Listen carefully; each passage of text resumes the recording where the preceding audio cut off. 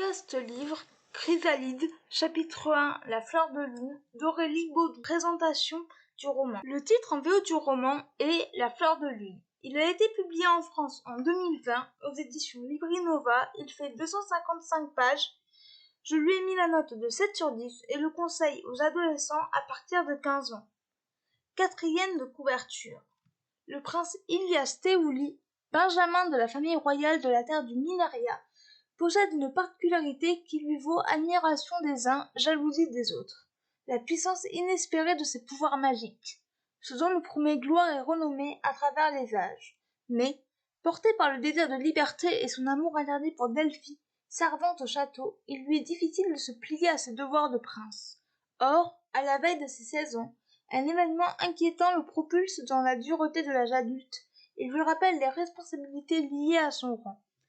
Tyr Mortima, ennemi juré du royaume, soulève une armée pour récupérer quelques gouttes de sang du jeune Ilyas.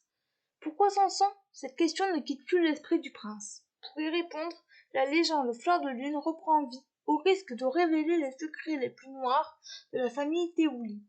Tandis que le monde sombre dans les ténèbres de la guerre, Ilyas fait face à sa destinée. Ce que j'ai pensé de ce roman. J'avais reçu ce roman dans le cadre du prix des lecteurs Librinova 2020. Je remercie la maison d'édition pour sa confiance. Le résumé étant long, je n'en parlerai pas davantage. Les personnages sont attachants. Nous suivons la famille royale Théouli, qui est la famille régnante de l'empire du Mineria. Le roi a 3 héritiers, Dorian, Alix et Ilyas. Chacun a des caractères bien différents. Dorian, l'aîné, est l'héritier par excellence. Dévoué à sa famille et à ses responsabilités, il n'hésite pas à se mettre en danger. Alix, le cadet, est un peu à part. Il aime la gloire, la victoire et exister aux yeux de son père. Il peut être jaloux de ses frères. Ilyas, le benjamin, est celui sur lequel on s'attarde le plus dans l'intrigue. Il est apprécié de tous et peut faire de grandes choses. Je me suis attachée à lui. La famille Mortima est l'ennemi de la famille Théouli. Ses membres sont assoiffés de vengeance, surtout Tyr, le fils aîné du souverain. C'est l'antagoniste parfait. Les autres protagonistes apportent du soutien aux personnages principaux, notamment Isaac, l'ami d'Ilyas, qui est un chevalier. L'intrigue est une quête initiatique, où les personnages doivent mieux se connaître et apprivoiser leurs pouvoirs. Elle est sombre et peut faire froid dans le dos.